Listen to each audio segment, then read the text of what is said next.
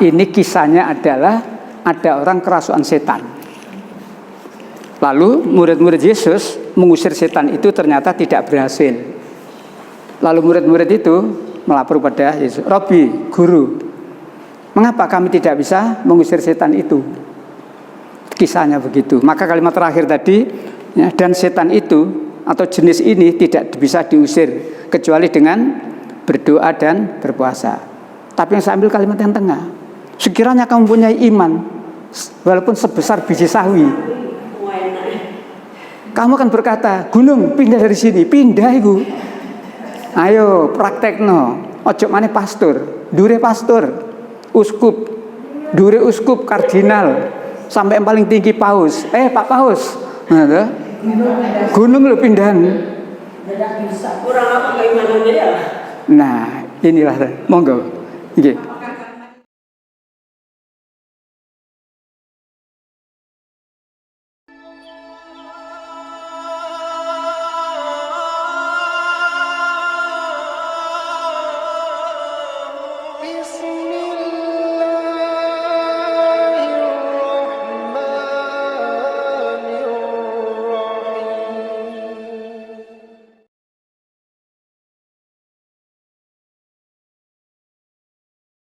Ning, aku biyen iku lara wis nemen ning katek mateke ning.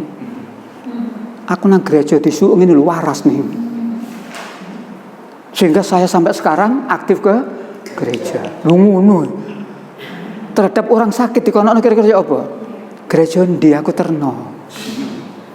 Lho karena memang ayatnya begitu. Tanda iman. Apabila meletakkan tangannya di atas orang sakit sembuh. Lho ini ayat. Tuhan kita Yesus betul-betul membuat saya sembuh. Buktinya saya malah ngerti aku biyen iku sekarang mateke. Tapi karena ayat dan saya yakin betul terhadap ayat ini. Dan ini tanda iman menurut Kristen loh ya. Ibu, tanda iman menurut Islam apa?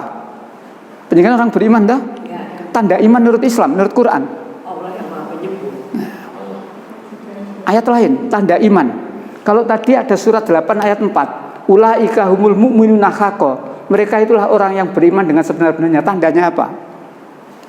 Tandanya ayat 2 dan ayat 3. Ini tandanya. Ada 5 tanda ini.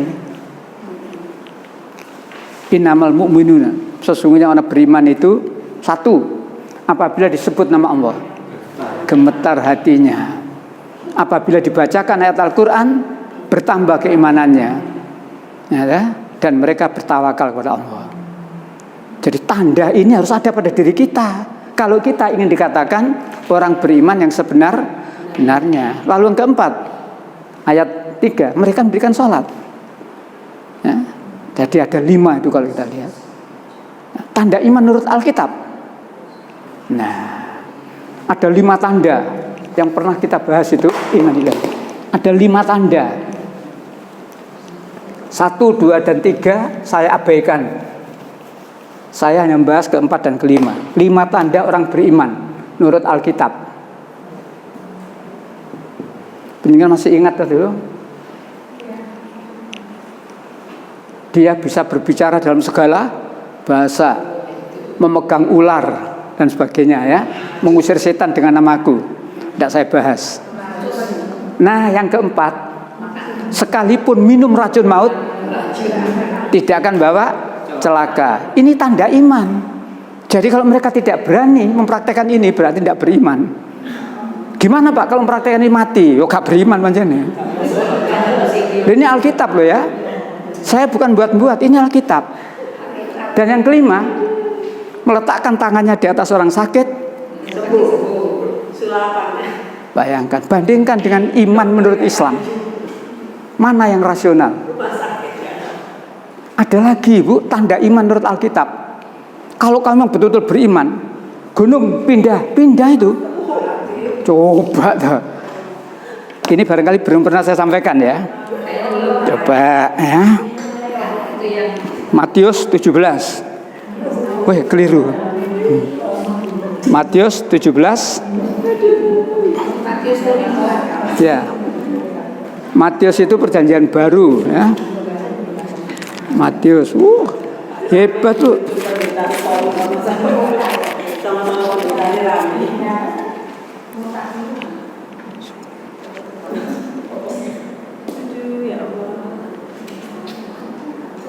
Ya, Matius 17 ya. Matius 17 ayat 19 sampai 21. Jadi kalau kamu betul-betul beriman, inilah tandanya. Menurut Alkitab, bukan menurut Quran.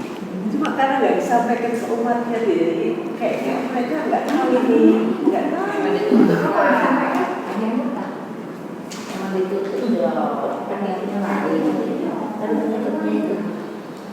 17.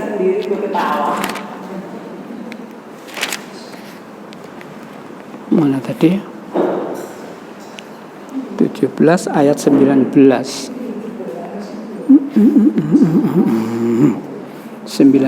Nah, mulai dari ini. 17. Kemudian Surat Matius 17 ayat 19 sampai 21. ya. Kemudian murid-murid Yesus datang, dan ketika mereka sendirian dengan dia, bertanyalah mereka, "Mengapa kami tidak dapat mengusir setan itu?" Ia berkata kepada mereka. Ya, siapa itu? Yesus. Yesus berkata kepada muridnya, ya.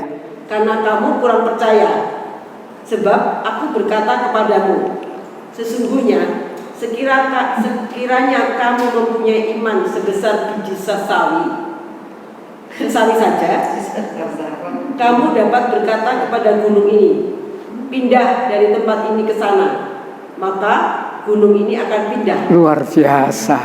Dan tak akan ada yang mustahil bagimu." Jadi sini itu. tidak dapat diusir. Ini kisahnya adalah ada orang kerasukan setan. Lalu murid-murid Yesus mengusir setan itu ternyata tidak berhasil.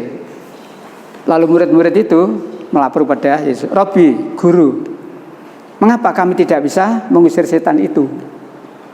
Kisahnya begitu. Maka kalimat terakhir tadi, ya, dan setan itu atau jenis ini tidak bisa diusir kecuali dengan berdoa dan berpuasa. Tapi yang saya ambil kalimat yang tengah.